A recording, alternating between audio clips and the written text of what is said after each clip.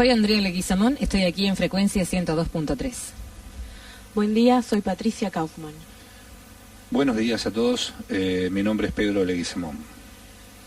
Mi nombre es Mario Aniela y estamos aquí en 102.3, la radio de la ciudad, haciendo Pulso Urbano, y hace 31 días que preguntamos ¿dónde está Sergio Maldonado? Santiago Maldonado. Perdón, Santiago.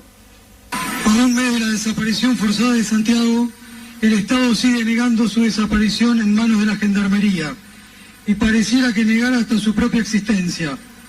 En ningún momento se cuestionó el accionar de esta fuerza el día de la represión en la comunidad mapuche, de la cual fue testigo el mundo. Lo único que hicieron fue cuestionar a Santiago, a sus amigos y a mi familia. Somos maltratados por la señora ministra de Seguridad.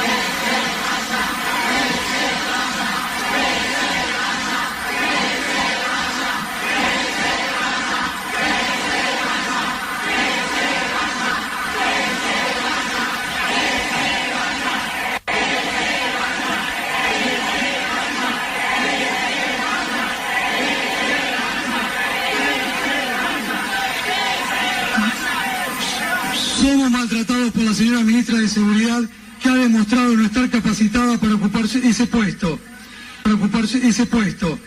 Hemos hostigado con informaciones falsas, que lo único que hacen es sembrar la desesperanza en mi familia. Tenemos que soportar también declaraciones de funcionarios que lo único que hacen es aportar dudas, y la familia ha colaborado desde el primer día en todos los requerimientos que le fueron pedidos. Conocer las muestras de ADN, tanto mía como la de mis padres. Jamás nos negamos, porque negarse sería no querer tener a Santiago con nosotros. Queremos una investigación seria e imparcial. Queremos que se investigue a todo el personal de la Gendarmería que actuó en el operativo el día 31 de julio y 1 de agosto. Ellos son los responsables y tienen que dar cuenta de su actuación.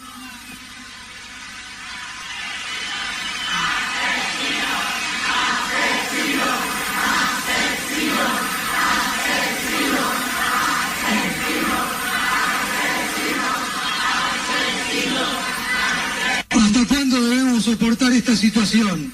¿Hasta cuándo debemos preguntarnos dónde está Santiago?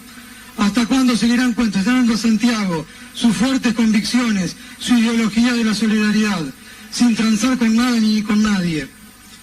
A la señora ministra de Seguridad le pido que dé un paso al costado y deje el lugar a alguien realmente capacitado.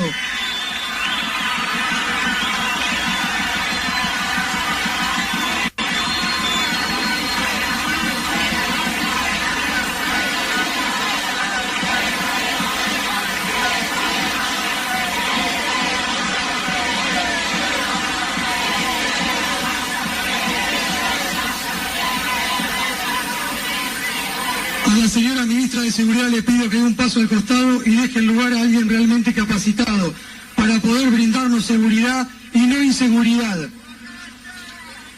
Agradecemos a todos los organismos de derechos humanos, organizaciones sociales, sindicales y políticas, a la comunidad mapuche en especial, que nos...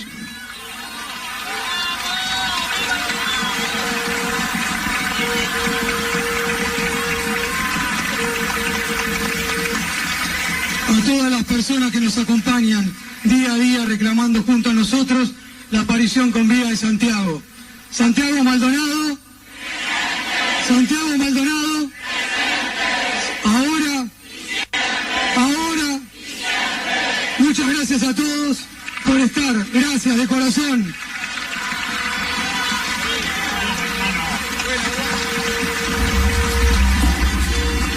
Buenos días, esta es la forma que queremos comenzar hoy. Escuchábamos ahí las palabras de Sergio Maldonado. Pido disculpas porque en la apertura me equivoqué, pero La pregunta es, ¿dónde está Santiago Maldonado? Estas palabras Sergio las pronunciaba ayer en la multitudinaria marcha que se realizó en Buenos Aires y que se replicó en todo el país, en las distintas localidades, plazas, en las ciudades más grandes, en los pueblos más pequeños, el reclamo y el clamor popular pidiendo por la aparición con vida, o la aparición, ya, porque algunos sostienen de que Santiago no estaría ya vivo, pero sí la aparición de Santiago, que sepamos dónde está, qué pasó con él. Y por supuesto exigir el castigo a los culpables de este aberrante hecho que ya pensábamos no íbamos a vivir más en nuestra querida República Argentina. Pasaron los años de las dictaduras y la gran cantidad de personas desaparecidas que aún todavía no hay respuestas. ¿Qué fue lo que pasó con ellos? De muchos, de muchísimos de ellos. ¿Qué pasó con ellos? ¿Qué pasó con los nietos? ¿Qué pasó con los desaparecidos? Y tenemos que volver ya después de tantos años a realizar este nuevo reclamo, ¿no? De repudiar, de exigir la aparición y saber qué pasó con Santiago Maldonado, que fue desaparecido en forma forzosa. Sí, lamentable los hechos que de cierto modo enlutan lo que era una marcha justa y un reclamo del pueblo que cada vez se hace oír cada vez más, ¿no? Cada vez es más la gente que empieza a preguntarse dónde está Santiago. Digo, lástima los hechos porque, bueno, veo infinidad de publicaciones de mucho tilingo que se horroriza porque el cabildo quedó todo pintado, claro, por los desmanes que ocasionan, y digo, esto que forma parte de la grieta. Todavía hay mucho boludo que cree que este es un gobierno progresista, ¿no? Bueno, pero vos fijate que todo esto, si bien hay muchos imbéciles que resultan ser funcionales después a estos hechos, pero es fomentado desde el mismo Estado. Ya el día previo a la marcha se conoció un instructivo para la policía de la ciudad, en donde, entre otras cosas, se decía que los relevaban a los efectivos de la policía de la ciudad a utilizar el uniforme reglamentario, o sea que habilitaban la gran cantidad, y se vio en las imágenes de la televisión, de la gran cantidad de policías de civil operando en la detención de las personas que se llevaron presas. Bueno, eso de no usar el uniforme, y la orden era de actuar frente a la amenaza, no, ni siquiera ante el hecho, ¿no? Ante la amenaza de que puedan haber actos de robo de armamento o de equipos de comunicación de la policía. O sea que ya se estaba sembrando este caldo de cultivo en la misma fuerza para que estén predispuestas a de cualquier provocación o pseudo provocación, porque también vimos algunos actos, por ejemplo, el ataque a la sede de la Mutual de Gendarmería en Buenos Aires. Se vio claramente un grupo minúsculo de encapuchados que destrozaron todo ante la mirada cómplice de los efectivos policiales que estaban en la zona, y se retiraron, y ahí no detuvieron a nadie. Y sin embargo avanzaron sobre ya la cola de la, por decirlo así, de la marcha, de la manifestación, sobre un grupo reducido que respondió con piedrazos y prendiendo fuego algunos contenedores de basura, y ahí sí la policía actuó con toda la rigurosidad, camiones hidrantes, detuvieron periodistas, estudiantes de periodismo que estaban cumpliendo una función, aparte de la forma salvaje. Yo vi a un muchacho que lo tiran al piso, ya lo inmovilizado, y le seguían poniendo las rodillas en la nuca, sobre la cabeza, con una agresividad realmente inusitada. Si ya lo tenían detenido, ya lo tenían inmovilizado, era ponerle los ganchos, como dicen ellos, y subirlo al móvil y llevarlo detenido, si ese era el cometido. Pero realmente hay todo un caldo de cultivo que se hace, y que muchos culpan a los servicios de inteligencia, que aprovechan estas cosas para crear el caos y que después la noticia no sea la multitudinaria marcha y el reclamo sobre la aparición de Santiago Maldonado, sino de los bárbaros que rompieron una vidriera. Sí, hay que decir que en una marcha de esta naturaleza, digo, hay mucha gente que adhiere porque es una causa justa, y hay que decir también que en una marcha participa muchísima gente, y hay gente que con ideología, hay gente radicalizada, hay gente que pertenece a grupos que son anárquicos, claro. Eso también hay que decirlo. Sí, después... Hay servicios de los milicos, claro, hay policía de civil que están observando todo. No, digo, eso es lo peor de todo. Si alguien cree que una marcha de esta naturaleza, con el momento político que se está viviendo, va a ser en paz, como quieren muchas viejas gordas, y es muy difícil que eso ocurra,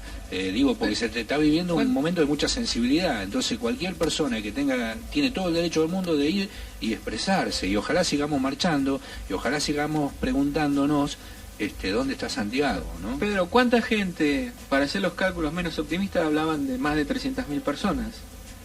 Si fuera el motivo de la marcha romper todo, ¿te imaginas lo que sería casi 300.000 personas arrasando la ciudad de Buenos Aires? No queda nada, no hay fuerza de seguridad que las pueda parar.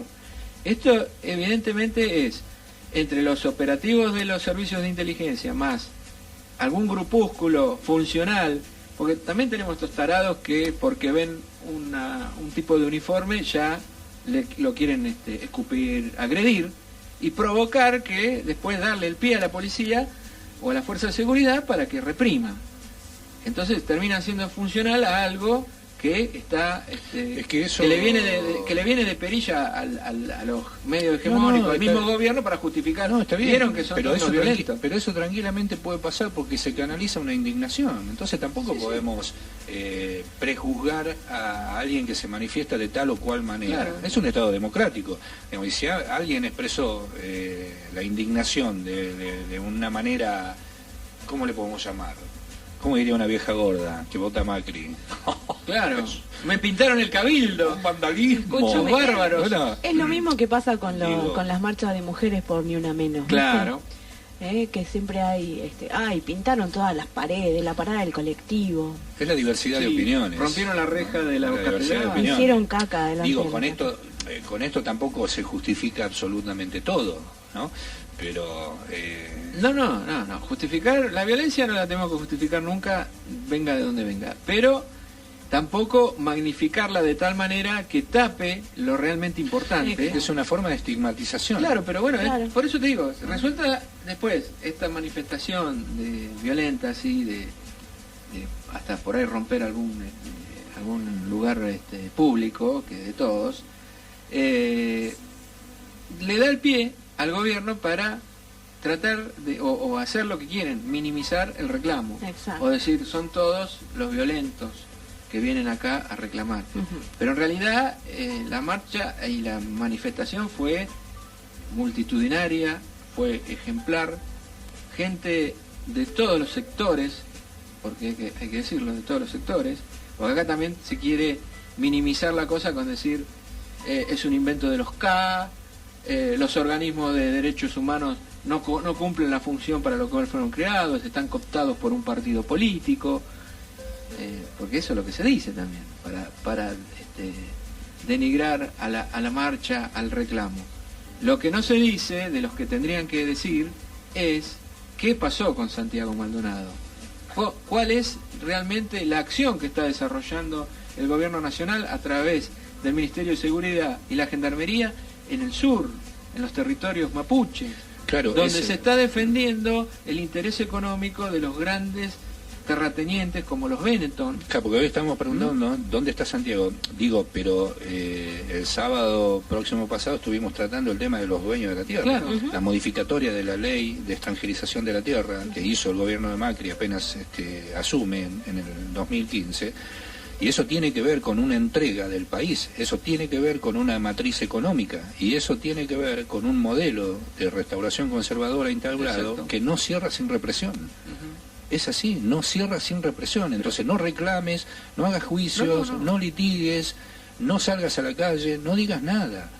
Y en este contexto, digo, cuanto más gente empiece a salir a la calle, va a haber digamos, se van a ver exacerbados ciertos ánimos propiciados por este propio gobierno, que después salen en TN con cara de ángel a decir que son los dialoguistas, y los del amor y los globitos amarillos, ¿no? Hay toda una acción tendiente a desacreditar todo, ¿no? Yo los invito a que entren en la página santiagomaldonado.com, que se ha hecho para viabilizar el reclamo por la aparición de Santiago, donde hay una sección que es noticias falsas, y vean la cantidad de operetas y cosas que se van haciendo. La última me parece que es una de las más descabelladas, ¿no? Como se publicó en el diario La Nación un artículo donde decía que una escuela de Chubut habían hecho una representación artística donde mostraban cómo los gendarmes mataban a Santiago. Y que esto, como en esa escuela van hijos de gendarmes, entonces después los chicos estaban horrorizados en sus casas preguntándole a la madre, sí, papá mató a Santiago. Sí. Bueno, tuvo que salir el Ministerio de Educación de Chubut, la directora de esa escuela, a desmentir que jamás pasó eso. Pero para el común de la gente, wow, que está prendida y cooptada, y los que realmente se someten voluntariamente, porque hay gente que realmente digo, ¿cómo podés creer semejantes cosas? Que se someten a los medios hegemónicos, estamos hablando del Grupo Clarín, La Nación y muchos más, y otros pequeños también, pero tan serviles como ellos, donde la gente se lo cree. Entonces dice, oh, qué barbaridad, están utilizando a los chicos. Bueno, toda esta campaña, que después vamos a tocar más digamos, específicamente el tema, ¿no? Claro. Toda esta campaña de denunciar a los docentes que tocan el tema de Maldonado en las escuelas, y otras tantas operetas. Ahora volvieron de vuelta a resurgir la hipótesis de que Santiago fue herido y que habría perdido la vida o se habría escondido porque está herido por un puestero varios días antes de su desaparición. El puestero sale a decir que tiene una camisa manchada con sangre, que quiere que la analicen. Bueno, en fin, varias cosas y varias mentiras que se van diciendo y que van confundiendo y que van tendiendo a que el tema se diluya y que llegue un día a decir, y se habrá ido, y era un loquito, un hippie, debe estar en Chile, sí, fumándose un facito. El sábado... Viste que le decían el brujo porque tomaba hierbas y qué sé yo, entonces sí, el drogadicto. Mirá, artesano, drogadicto, barbudo y melenudo, hippie, una porquería. Claro. Una escoria en la sociedad, falta que dijeran. Claro. Un extremista. Claro, bueno, extremista exacto. Pusieron, creo, ¿no? Bueno, ya dijeron eso, que era gente de la FARC. Y que había en el territorio, estaban los kurdos. Me parece que la única kurda que están son la ministra con la última kurda. Claro, pero muchachos, paren un poco. A mí me llegaron a decir... El sábado anterior estábamos, yo cuestionaba directamente a esto de la libertad de prensa. Digo, porque también hay publicaciones que salen en La Voz del Interior de Córdoba, y hay que recordar que La Voz del Interior de Córdoba es propiedad de la Nación. Digo, o sea, ¿por qué digo esto de que mucha gente se rasga la vestidura con la libertad de expresión? La famosa frase del periodismo independiente. Claro. A mi criterio, periodismo independiente no existe. No existe. Y lo de la libertad de prensa, yo creo que tendríamos que rediscutirla, como se hizo en los congresos de cultura. Libertad de prensa que tiene que ver con la construcción de un discurso como sostenimiento mediático de determinados gobiernos. Si nos ceñimos a lo que dice nuestra Constitución Nacional, dice que tenemos derecho a expresar nuestras ideas por la prensa. Ahora, ¿cuánta prensa te permite a vos expresar tus ideas? A vos, Pedro, te estoy diciendo. No, como persona, obvio. O a cualquiera de nosotros. Nadie. Acá no hay libertad de prensa, acá hay libertad de empresa. Y el que no se ciña a eso es apartado, lo dejan sin laburo. Bueno, vimos toda esta operación mediática de querer blanquear a este siniestro personaje de Martínez Roja, ¿cómo que se llama? Que entró a punta de pistola a desalojar a los compañeros de Tiempo Argentino, el que fue y cortó la transmisión de Radio América de forma abrupta, a hachazos, rompieron el transmisor de Radio América en Buenos Aires. Entonces, de todo eso ya nos olvidamos.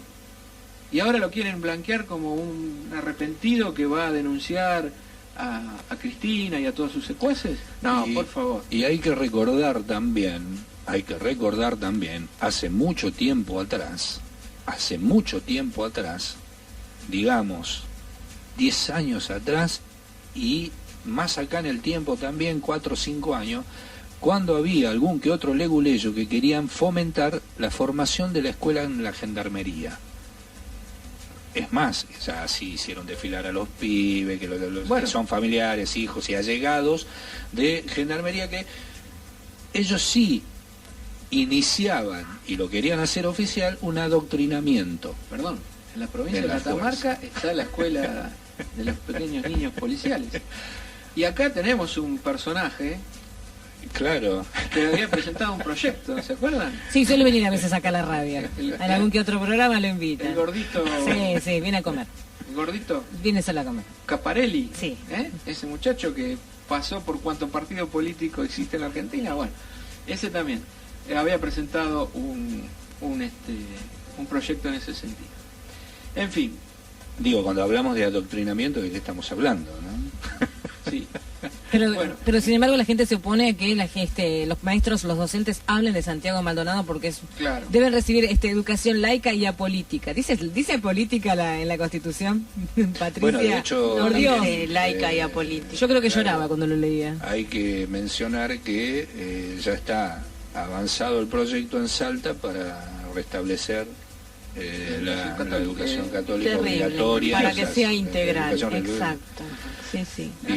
El argumento de educación integral.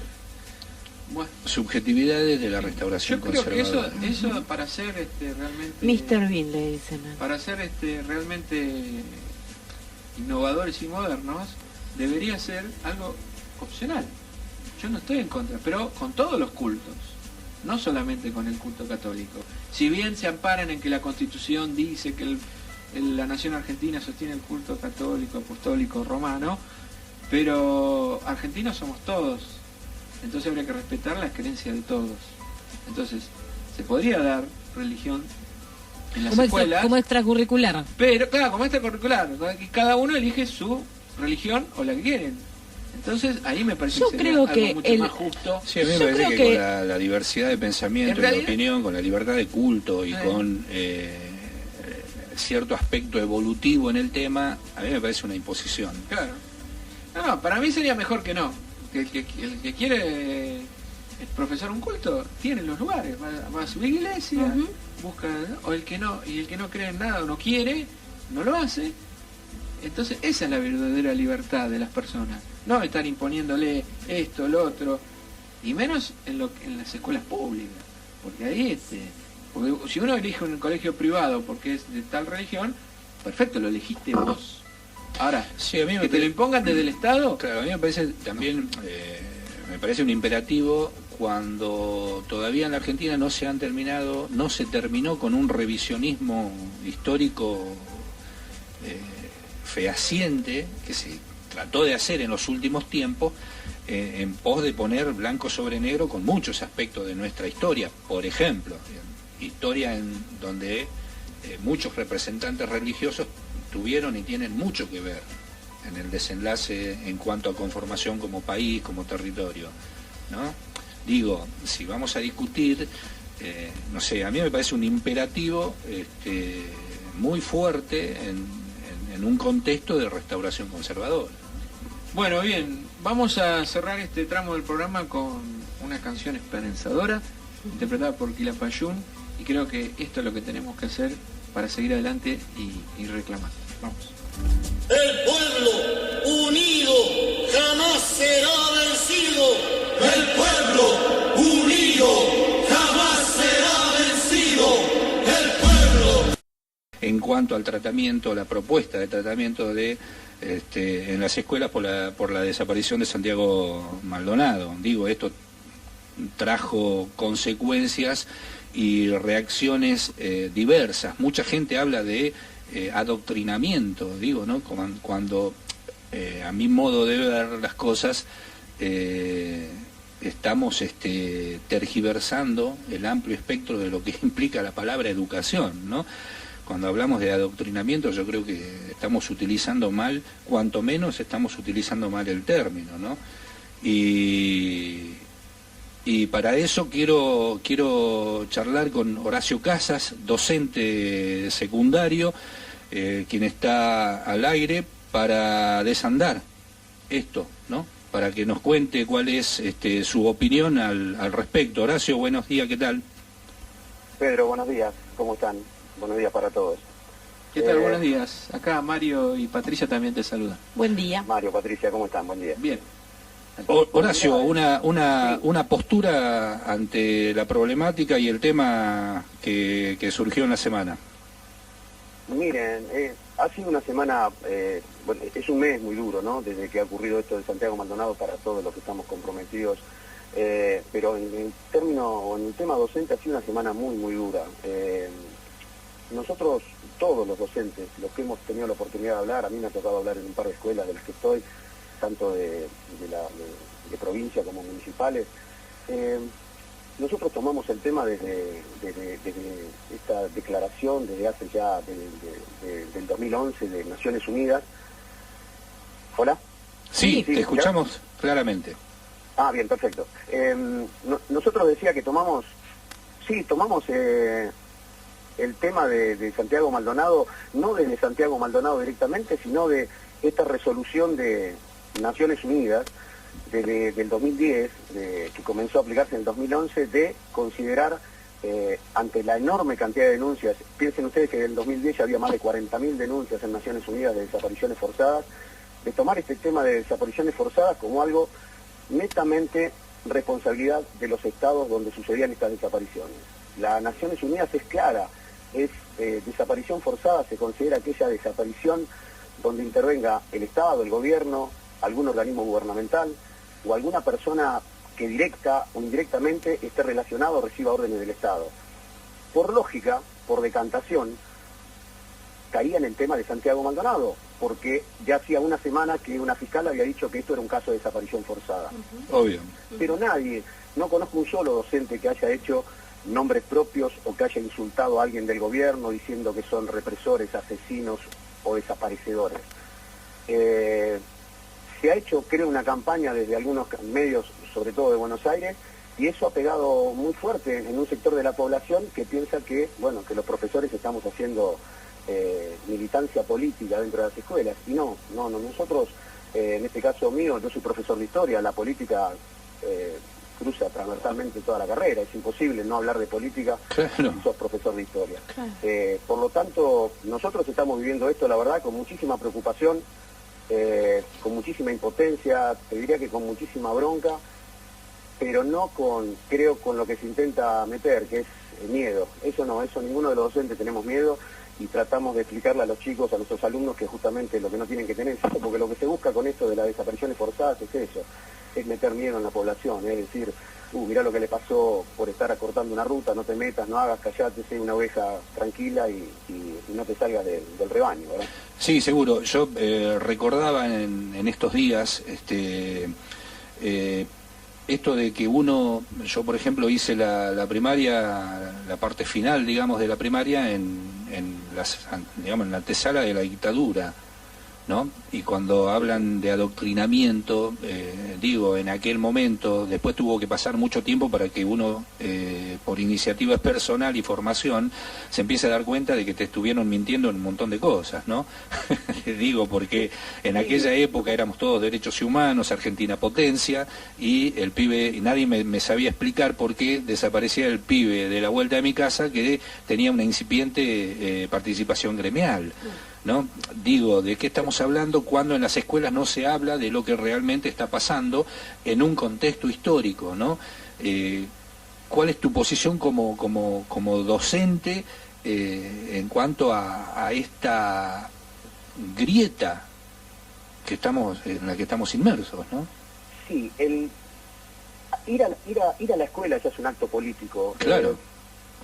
Hablar de este tema es un acto político, pero no hablar de este tema también es un acto político. Seguro. Esto es lo que la gente tendría que los padres sobre todo tendrían que entender y quedarse tranquilos que uno no les está metiendo en la cabeza a los chicos ideas revolucionarias. Pero si yo le comento, o si yo me vuelvo, como dijiste vos recién, Pedro, a mi infancia o a mi adolescencia, y recuerdo cuántas veces me dijeron los nombres de las carabelas de Colón, y me quedo con eso, también era ideológico. Claro. A mí no me hablaron cuando yo era chico del genocidio y de los más de 100 millones de indígenas de pueblos originarios asesinados por la conquista de distintas maneras, por enfermedades, por trabajos forzados o por el simple placer de asesinar. Eso también era adoctrinamiento en todo caso. Obvio. Acá hay algo que, mira, ese genial, fantástico pedagogo brasileño que fue Paulo Freire, él decía que el maestro es necesariamente un militante político. Sí, lo iba a traer a cuento. Se agotaba en la enseñanza de las matemáticas o la geografía, y que el trabajo del docente o del maestro exigía un compromiso y una actitud contra las injusticias sociales. Luchar contra el mundo, decía él, de los más capaces, que habían organizado el mundo a su conveniencia en contra de los menos capaces. Entonces, esto no es nuevo. Lo que pasa es que esta famosa grieta que decís vos, yo creo que una grieta y una provocación son, o es mejor dicho, el comentario sobre estas denuncias de los padres en los colegios, cuando el diario de mayor tiraje del país que dice 30.000 padres protestaron contra 30.000 padres, había que poner, era necesario poner 30.000, justamente esa cifra. Claro. Yo creo que eso es una provocación. Yo la grieta, la verdad, uno piensa en la historia argentina y estos enfrentamientos, si uno va desde unitarios y federales en adelante o más atrás, estas distintas formas de ver la política o la vida han existido siempre, qué sé yo. Uno piensa en que en algún momento aviones de la Marina bombardearon una Plaza de Mayo un día de semana al mediodía, y eso creo que era una grieta bastante profunda. Seguro. Hoy yo creo que la grieta se ha formado porque esto acá se ha puesto negro sobre blanco, ¿viste? Acá ha quedado clarito quién piensa de una manera y quién piensa de otra. Y muchos se sienten desnudos, se sienten expuestos, porque finalmente estaban encubiertos atrás de un discurso light, un discurso, yo no creo ni en este ni en este, estoy parado acá, y hoy está clarito donde están parados. Creo que esa puede ser la grieta. Lo demás, la verdad, yo discuto de política con amigos, y después me voy a jugar al fútbol, me voy a tomar un café, o me voy a comer un asado, no tiramos tiros de una ventana a otra, ¿no? Claro. Yo no creo mucho en esta grieta, y tampoco en la relación con... Nosotros queremos decirle como docentes a los padres que se queden tranquilos, que a lo sumo, si nosotros hablamos de política con sus hijos en la escuela, en el caso mío en la secundaria, a lo sumo el único riesgo, entre comillas, que pueden llegar a tener los padres es que venga el pibe de la escuela y les pregunte algo que ellos no sepan contestar. Claro. O que el pibe venga con una cabeza un poquito más cuestionadora, o que es un poco lo que nosotros pretendemos. Horacio, esta pregunta va puntualmente a esto, ¿no? Un poco, digo, porque acá yo personalmente creo que es una forma más de estigmatización al cuerpo docente, ¿no? Digo, porque es tomar al docente como un irresponsable que quiere hacer política en la escuela. Digo, no, para mí la educación tiene que ver con otros componentes, y los docentes son responsables, digamos, en sus manos tienen prácticamente el futuro. ¿Cuál es la reacción de los pibes, ¿no? Porque en última instancia también es una forma de desvalorizar y de estigmatizar a los chicos, ¿no? Mirá, en mi caso personal ha sido buenísima. Mirá. La respuesta de tanto de los chicos, yo tengo cursos desde primero hasta quinto año. Este año no estoy dando historia en sexto, pero tengo los más chiquitos de 12 que vemos historia antigua, y quizás son los más preguntones, que se hacen esas preguntas que son desde la inocencia a veces, las más difíciles de contestar, ¿no? Porque la pregunta que más me han hecho los chicos, los más chicos, es ¿por qué desaparecen a las personas? Y no es fácil contestarles eso para la cabecita de ellos, ¿no? Digamos, entonces, pero la recepción ha sido genial. No ha habido, en el caso mío, no he tenido ningún tipo de problema ni con padres, ni al contrario, ni con directivos. Me tocó hablar en 2 escuelas el 30 de agosto, y por supuesto que uno ve algunas caras que no están muy contentos por ahí con lo que uno va diciendo, pero no más que eso. Sí. Pero ha habido muchísimas denuncias, y lo que decís vos de la estigmatización es cierto. Nosotros venimos desde el principio de año teniendo que soportar que nos traten de maestritos, de que no vamos a doblar el brazo, de decirle a la gente que lo único que nos importaba era no laburar y cobrar mucho, cuando nosotros estábamos pidiendo, vos lo sabés bien, Pedro, por mayor infraestructura, por mayor dinero para los comedores escolares y por supuesto sí una mejora salarial que no la teníamos desde el año pasado. Claro. Pero esta estigmatización sí, esto es lo único que a mí, o es lo que a mí más me preocupa, que se está generando un clima de como que los docentes estamos haciendo quién sabe qué cosas en las aulas, y yo te puedo asegurar que no es así. No conozco un solo docente que haya hecho o que haya dicho algo fuera de lugar en cuanto a esto. Se habló del 30 de agosto y por supuesto el tema de Santiago Maldonado se caía de maduro, y había que tocarlo. Los chicos mismos lo preguntaban, los chicos mismos llevaron fotos de Santiago, los mismos chicos escribieron en el pizarrón dónde está Santiago, así que no, a mí me preocupa, pero vuelvo a repetirte, me preocupa, me da bronca, te da impotencia, pero no miedo, que es lo que se quiere generar con esto de las desapariciones forzadas y con esta especie de estigmatización que hace que uno se pareciera que se tenga que cuidar en cada cosa que va a decir. No, uno sigue dando clases normalmente y como siempre, basta. Horacio, ahí Mario, mi compañero, tiene una pregunta. Sí, Horacio, te quería consultar acerca de esta acción que hace el gobierno, tanto nacional como provincial. También se enmarca dentro de todo este proceso de lucha que vienen realizando los docentes por el tema salarial, por el tema de la infraestructura de las escuelas. También me parece a mí, no sé si vos considerás que esto es dentro del mismo marco, ¿no? Porque todo este tiempo que vimos cómo se estigmatizaba a los docentes y particularmente a algunos dirigentes, como fue el caso de Roberto Baradel, que se metieron hasta con su propia familia, todo para desprestigiarlos y que el reclamo docente sea mal visto por la sociedad, ¿no? Sí, no te quepa duda que todo está dentro del mismo contexto, todo está dentro de este contexto. En principio de año fue esta cosa de estigmatizarlos a nosotros, a los docentes, como, insisto, que éramos unos vagos.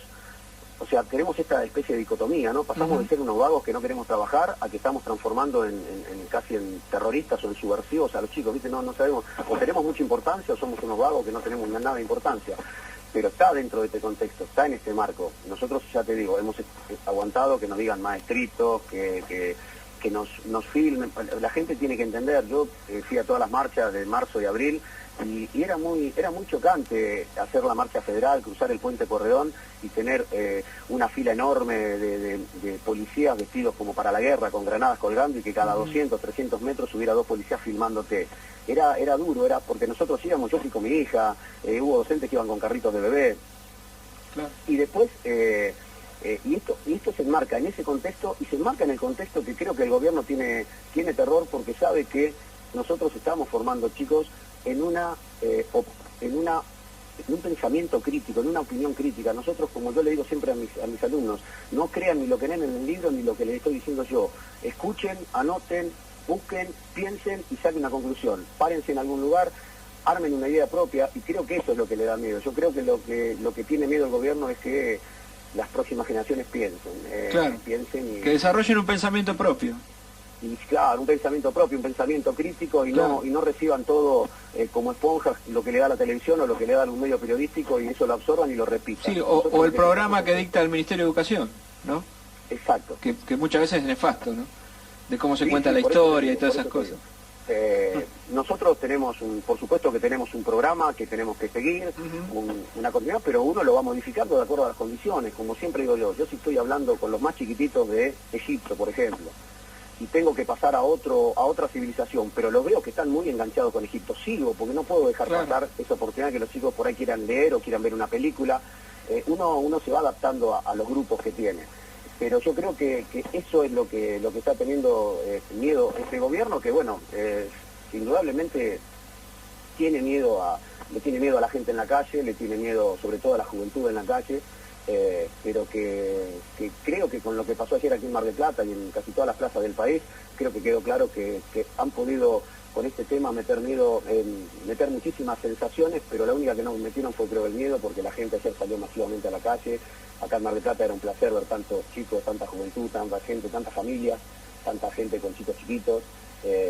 Entonces creo que yo lo que me gustaría es que no estiren más la cuerda, porque ya te digo, hay pequeñas, o hay cosas, hay provocaciones, hay cosas que uno tiene miedo de que esto en algún momento termine mal, y uno es lo que no quiere, ¿no es cierto? Nosotros queremos seguir dando clases normalmente, queremos ir a las escuelas, no queremos estar con miedo.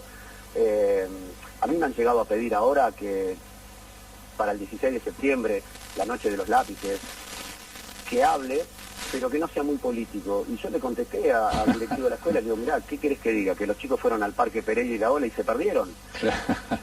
Claro. ¿Cómo no va a ser político si los secuestraron, los torturaron, los asesinaron, los desaparecieron? Claro. Y si eran chicos entre 16 y 20 y pico de años. ¿Cómo haces para que no te cruce la política por ahí? Es complicado. Bien. Horacio, muchísimas gracias por enriquecer este espacio y a ver cuándo te venís para discutir esas subjetividades de la restauración conservadora. Dale. cuando ustedes lo dispongan. Un abrazo, viejo, gracias. Gracias, Horacio. Horacio Casas, docente de la secundaria, quien enriquecía de esta manera con sus opiniones este espacio, ¿no? Y un chascarrillo que llega de Marca de Radio.